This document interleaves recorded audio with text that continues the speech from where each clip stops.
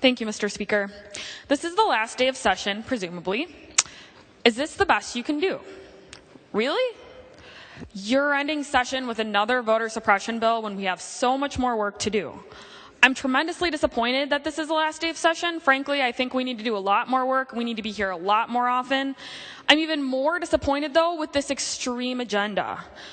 Wisconsin recently ranked 9 out of 10 in all the Midwestern states for job growth. We're 35th in the nation. Please don't tell me that that is the best we can do today or ever.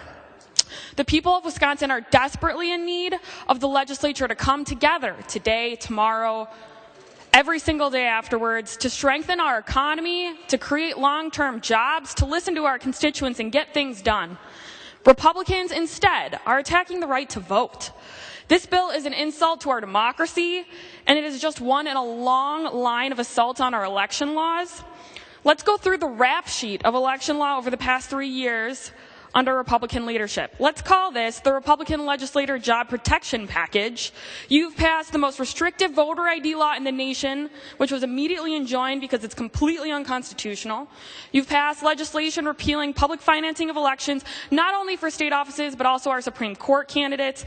You've passed partisan redistricting and gerrymandered the maps after signing secrecy oaths so that politicians can choose their own voters and not the other way around.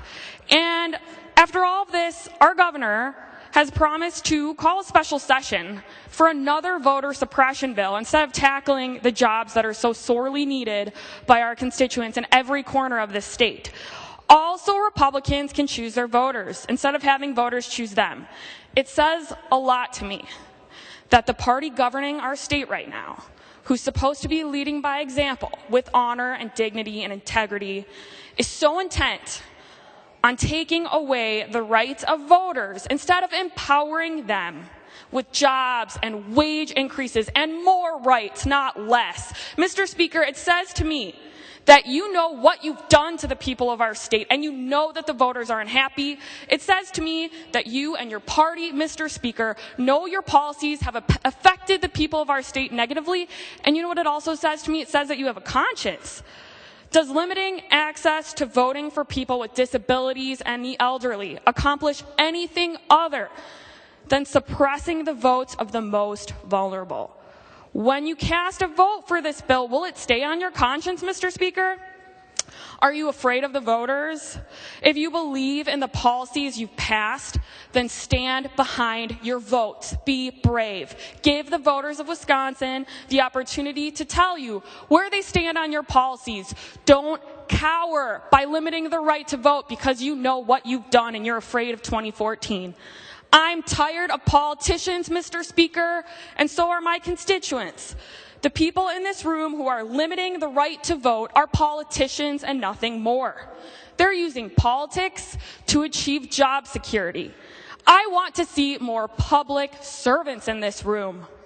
I want to see legislators earnestly listening to their constituents and empowering the people of Wisconsin, affording them more rights, not fewer.